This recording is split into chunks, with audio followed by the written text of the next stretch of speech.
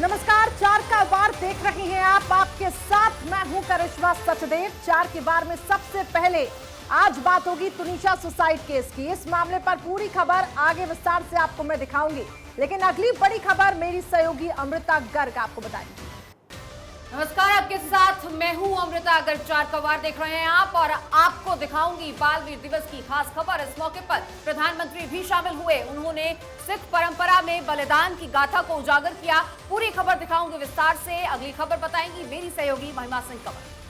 तो देखिए, चार के वार में अगली खबर मैं आपको दिखाऊंगी। दरअसल पाकिस्तान और चीन को करारा जवाब देने की भारत की तैयारियों से जुड़ी हुई खबर। सेना में महाविध्वंसक प्रलय मिसाइल शामिल करने की तैयारी है। सरकार ने 120 प्रलय मिसाइल खरीद का सौदा किया है। कितना घातक है प्रलय मिसाइल, इसके बारे में पूरी जानकारी दूंगी, लेकिन अगली बड़ी खबर आपको बताएंगी सोनिका।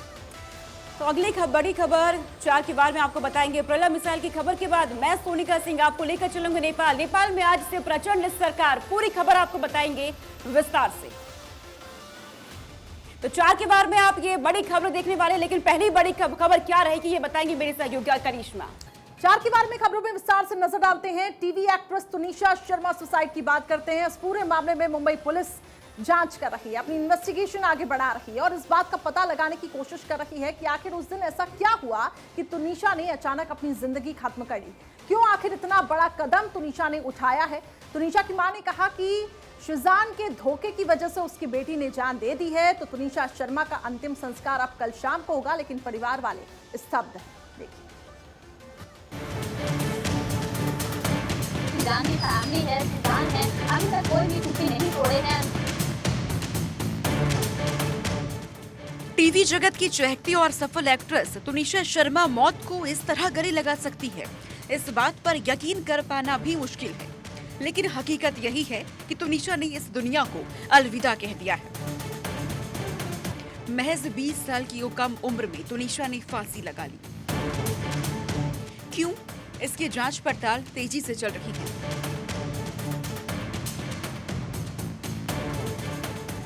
तुनिशा की मां वनीता शर्मा ने तुनिशा के दोस्त शीजान खान पर बेहद गंभीर आरोप लगाए हैं। उन्होंने कहा कि उसकी बेटी के साथ शीजान ने धोखा दिया। शीजान ने शादी का वादा किया था, लेकिन उसने शादी करने से इनकार कर दिया।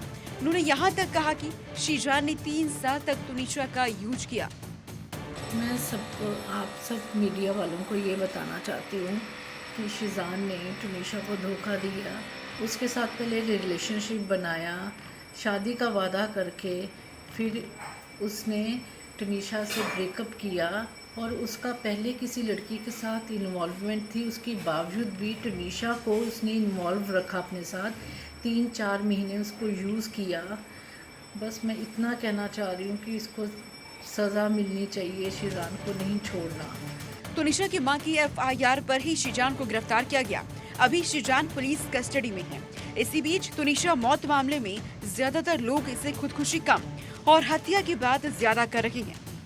यही वजह है कि SIT जांच की मांग उठने लगी है। ऑल इंडिया सिने वर्कर्स एसोसिएशन ने जांच के लिए विशेष जांच दल यानी SIT का गठन करने की मांग की है। हमारी इस पे मांग ये हम कर रहे हैं कि इसकी मांग SIT से जरिए की जाए, क्योंकि जब मैं सेट पे गया लोग डर रहे बताने के लिए। मैं प्रोडक्शन मैनेजर से मिला, सेट पे जब मैं जाने लगा मुझे रोका गया, फिर आसपास के सेट के मजदूर से मिला, कलाकारों से मिला, कोई बताने को तैयार नहीं। तुनिशा तो अब इस दुनिया में नहीं है, लेकिन इस घटना को लव जिहाद का मामला बताया जा रहा है। महाराष्ट्र के मंत्री और BJP नेता गिरीश महाजन ने इस बारे में बड़ा दावा किया। उन्होंने कहा कि अभिनेत्री तुनिशा शर्मा की मौत लव जिहाद का मामला है। आज ही ये बात सामने आई है कि उसकी मौत कैसे हुई है, उसकी कस्टडी भी ली गई है और हम लोग बहुत गहराई से इसमें सीरियसली सोच रहे हैं कि इसी के लिए लव जिहाद के लिए एक सख्त कानून लाया जाए। BJP नेता राम कदम ने भी तुनिशा शर्मा आत्महत्या मामले को लव जिहाद से जोड़ा है। उन्होंने कहा कि तुनिशा शर्मा के परिवार को न्याय मिलेगा और अगर यह लव जिहाद का मामला है तो उसकी भी जांच होगी। अब तथ्यों को खंगालने के बाद ये खुदकुशी का कारण क्या है, क्या इसमें भी कोई लव जिहाद है या और कोई मामला है, यह सारी बातें जांच के पश्चात सामने आएगी। पर तुनिशा शर्मा के परिवार को 100% न्याय मिलेगा। और यदि यह मामला लव जिहाद का है तो लव जिहाद के पीछे कौन से संगठन है, कौन षड्यंत्रकारी लोग हैं, इस मामले की भी तहकीकात पुलिस के द्वारा की जाएगी। इस आरोप के बाद महाराष्ट्र पुलिस मामले की जांच लव जिहाद एंगल से भी कर रही है। तुनिशा मामले को लेकर महाराष्ट्र की सियासत पूरी तरह गर्मा गई है। अब तो इस मामले को विधानसभा में उठाने की भी बात हो रही है। Bureau report, Bharat today. चलिए, इस पूरे मामले में देखिए राजनीति अलग हो रही है। एक तरफ लव जिहाद का भी एंगल सामने आया तो दूसरी तरफ ब्रेकअप थ्योरी के हिसाब से पुलिस अपनी इन्वेस्टिगेशन आगे बढ़ा रही है। आयुषी मेरी सहयोगी अधिक अपडेट्स के साथ जुड़ चुकी हैं। आयुषी, क्या अपडेट है, क्या मौके पर फिलहाल क्या तस्वीरें, क्योंकि आप तुनिशा के घर के बाहर मौजूद है, रिलेटिव्स का आना क्या अभी भी जारी है और परिवार वाले किसी से आपकी बातचीत हो पाई, क्योंकि अब इन्वेस्टिगेशन इस दायरे में आगे बढ़ी कि मेंटली काफी ज्यादा परेशान थी तुनिशा और यही एक वजह थी उसने सुसाइड का रास्ता अपनाया।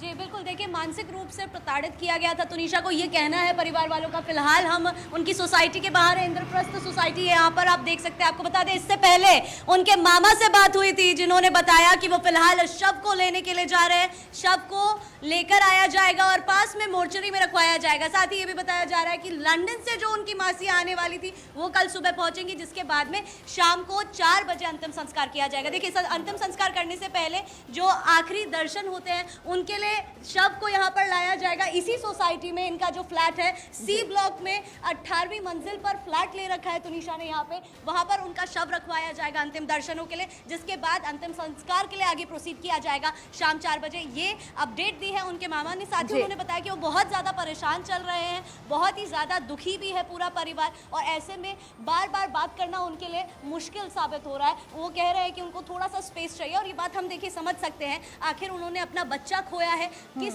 दुख से उनकी मां गुजर रही होगी ये समझ पाना मुश्किल नहीं है फिलहाल। तो फिलहाल मामा का जो अपडेट आया है सामने वो ये है, वो खुद गए हैं बॉडी को लेने के लिए। बाकी के जो रिलेटिव्स हैं वो अभी भी यहीं पर हैं, उनकी मां अभी भी यहीं पर है। ठीक है आयुषी, यानी आपसे कुछ ही देर में अंतिम संस्कार होगा। लगातार भारत 24 वो भी तस्वीरें दिखाएगा क्योंकि इस पूरे मामले में देखिए परिवार काफी ज्यादा स्तब्ध है और कठिन समय है। चलिए अब आगे बढ़ते हैं, बात करेंगे बाल दिवस कार्यक्रम की। मेरी सहयोगी अमृता आपको इससे जुड़ी अपडेट देंगी। अमृता। तो प्रधानमंत्री नरेंद्र मोदी आज वीर बाल दिवस के अवसर पर दिल्ली के मेजर ध्यानचंद राष्ट्रीय स्टेडियम में आयोजित विशेष कार्यक्रम में शामिल हुए और इस मौके पर उन्होंने कहा कि नया भारत अपनी दशकों पुरानी भूलों को सुधार रहा है और वीर बाल दिवस मनाना उसका ताजा उदाहरण है। इस कार्यक्रम में केंद्रीय मंत्री हरदीप सिंह पुरी भी शामिल हुए और पंजाब के मुख्यमंत्री भगवंत मान भी उपस्थित रहे।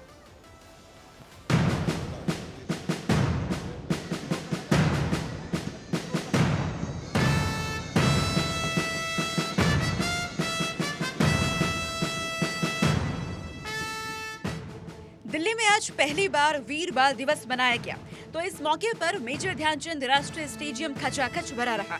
इस मौके पर पीएम मोदी भी उपस्थित रहे। पीएम मोदी ने इस मौके पर कहा कि वीर बाल दिवस हमें याद दिलाएगा कि 10 गुरुओं का योगदान क्या है, देश के स्वाभिमान के लिए सिख परंपरा का बलिदान क्या है। आज वीर बाल दिवस हमें बताएगा कि भारत क्या है, भारत की पहचान क्या है। मैं आज इस अवसर पर वीर साहिबजादों के चरणों में नमन करते हुए उन्हें कृतज्ञ श्रद्धांजलि अर्पित करता हूं। वो दीवार में जिंदा चुन गए, लेकिन उन्होंने उन आतताई मंसूबों को हमेशा के लिए दफन कर दिया। इस कार्यक्रम में केंद्रीय मंत्री हरदीप सिंह पुरी, पंजाब के मुख्यमंत्री भगवंत मान भी मौजूद रहे। पीएम मोदी ने इस मौके पर कहा कि भारत को शिखर पर ले जाना है तो हमें संकुचित दायरे से बाहर निकलना होगा। अगर हमें भारत को भविष्य में सफलता के शिखरों तक ले जाना है तो हमें अतीत के संकुचित नजरियों से भी आजाद होना पड़ेगा। इसलिए आजादी के अमृत काल में देश ने गुलामी की मानसिकता के मुक्ति का प्रण फूंका है। आप उस दौर की कल्पना करिए, औरंगजेब के आतंक के खिलाफ, भारत को बदलने के उसके मंसूबों के खिलाफ गुरु गोविंद सिंह जी पहाड़ की तरह खड़े थे। लेकिन जोरावर सिंह साहब और फतेह सिंह साहब जैसे कम उम्र के बालकों से औरंगजेब और उसकी सल्तनत की क्या दुश्मनी हो सकती थी। लेकिन भारत के वो बेटे, वो वीर बालक मौत से भी नहीं घबराए। वो दीवार में जिंदा चुन गए, लेकिन उन्होंने उन आतताई मंसूबों को हमेशा के लिए दफन कर दिया। साहिबजादों की शहादत का इतिहास। सरहिंद के नवाज वजीर खान ने जब माता गुजरी और उनके दोनों छोटे साहिबजादों को कैद कर धर्म परिवर्तन के लिए कहा, तो छोटे साहिबजादों ने ऐसा करने से मना कर दिया और फिर से जो बोले सो निहाल, सत श्री अकाल के जयकारे लगाने लगे। यह सुन वजीर खान तिलमिला उठा और दोनों साहिबजादों को जिंदा दीवार में चिनवाने का हुक्म दे दिया। इसी के याद में वीर बाल दिवस मनाया जाता है। गुरु गोविंद सिंह के साहिबजादों की बहादुरी, साहस, धर्म और संस्कृति के प्रति उनके समर्पण को सम्मान देने के लिए प्रधानमंत्री नरेंद्र मोदी ने 26 दिसंबर की तारीख को वीर बाल दिवस के रूप में मनाने की घोषणा की थी। Bureau report, Bharat 24। यूं तो सिख धर्म की तरफ से जो बलिदान दिए गए, ये बलिदान हमेशा ही बड़े पैमाने पर देखे जाएंगे, लेकिन साहिबजादों की तरफ से दिया गया ये बलिदान युगों युगों तक सबको प्रेरणा देता रहेगा। तो 4 के वार में इस वक्त की बड़ी खबर सामने आ रही है, वो आपको बता देते हैं। नेपाल में आज से प्रचंड सरकार, थोड़ी ही देर में शपथ ग्रहण समारोह होने जा रहा है। प्रचंड समेत 8 मंत्री आज शपथ लेने जा रहे हैं। तो नेपाल में आज से नई सरकार बन जाएगी, थोड़ी ही देर में शपथ ग्रहण होगा और प्रचंड के साथ ही 8 मंत्री और भी शपथ लेने जा रहे हैं। तो नेपाल में आज से प्रचंड सरकार यानी कि नई सरकार बनने जा रही है। ये बड़ी खबर इस वक्त 4 के वार में आपके सामने। शपथ ग्रहण समारोह थोड़ी ही देर में होने जा रहा है, जहां राष्ट्रपति शपथ दिलाएंगी प्रचंड, जो कि जिनके साथ ही 8 और मंत्री शपथ लेने आज जा रहे हैं और थोड़ी ही देर में शपथ ग्रहण समारोह होगा। उसकी तस्वीरें आपके सामने रहेंगी। और हमारे साथ नेपाल से प्रशांत झा जुड़ चुके हैं। प्रशांत, थोड़ी ही देर में शपथ ग्रहण समारोह होने जा रहा है, क्या तस्वीर इस वक्त? देखिए, प्रचंड के साथ आज यहाँ पर 8 लोग शपथ ले रहे हैं, जिसमें कि 3 उप प्रधानमंत्री होंगे और उनके अलावा 4 और मंत्री होंगे, यानी कुल मिला के 8 लोग आज अभी शपथ ले रहे हैं। यह शीतल निवास है, मेरे पीछे आप देख रहे होंगे कि ये शीतल निवास है, जो नेपाल के राष्ट्रपति विद्यादेवी भंडारी का निवास है।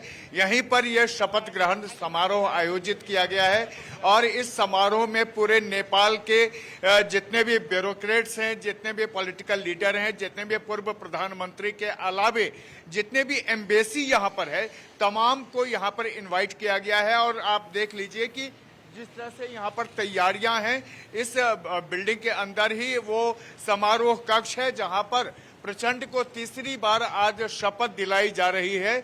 और इसके बाद प्रचंड के सामने कई चीजें होंगी, क्योंकि नेपाल में जब प्रचंड तीसरी बार शपथ ले रहे हैं तो उनके सामने सबसे पहले जो चुनौती है वो यह है कि कैसे वो नेपाल की आर्थिक स्थिति को सुदृढ़ कर दें, साथ में युवाओं को जॉब दें और पड़ोसी मुल्कों से जो संबंध है उसको और कितने मजबूत वो कर सके। खास करके भारत के साथ जो उनके संबंध हैं, नेपाल के जो संबंध हैं, जो बेटी रोटी का संबंध कहा जाता है, उसको और कितना मजबूत किया जा सकता है। इसके अलावा जो कोरोना की जो एक नई चुनौती सामने आई है, उसको लेकर के भी नेपाल को तैयार करना होगा पीएम प्रचंड को, क्योंकि ये एक बड़े तौर पर जो नेपाल के लोग हैं वो पूरे विश्व में हैं और ऐसे में उन लोगों के लिए जो चौथे जो डोज है, जो उनके लिए जो टेस्ट के लिए वहाँ पर जितने भी किट्स हैं वो यहाँ पर उपलब्ध कराने होंगे।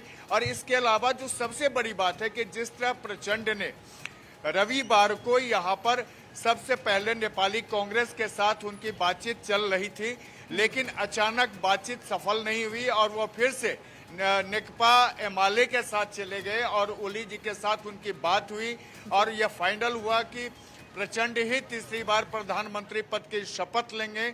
और आज जो है सोमवार को ठीक 4 बजे नेपाली समय और भारत समय में 15 मिनट का जैसा फर्क आपको मैं बता रहा हूं कि ठीक 4 बजे जो नेपाल की घड़ी है उसके मुताबिक प्रचंड शपथ ले रहे हैं। उनके साथ 3 उप प्रधानमंत्री हैं, जिसमें एक उनकी पार्टी के नारायण काजी हैं, जबकि नेकपा एमाले के विष्णु पौडेल हैं और जो स्वतंत्र पार्टी है जिसमें रवि लामछेने हैं उनको भी उप प्रधानमंत्री की शपथ दिलाई जा रही है। इसके अलावा जो 4 मंत्री हैं उसमें से एक मंत्री यहाँ अब्दुल खान हैं और बाकी नेकपा एमाले के मंत्री हैं और जो साथ में सहयोगी दल हैं वो सहयोगी दलों के साथ जो प्रशांत एक बात समझाए, 7 दलों के साथ मिलकर जी 7 दलों के साथ मिलकर ये सरकार बनी है, तो ऐसे में किस तरीके से अगर हम ये बात करें फॉर्मूला क्या सेट किया जाएगा? क्या सभी दलों को संतुष्ट करने का कुछ सोचा गया है?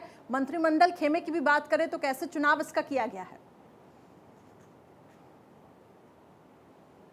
देखिए, शपथ ग्रहण से पहले आज लगभग 3 घंटे तक मैराथन बैठक हुई है, जिसमें नेकपा माओवादी के जितने भी नेता थे प्रचंड के साथ बैठकर उन्होंने बात की है। उसके बाद उस जो बैठक में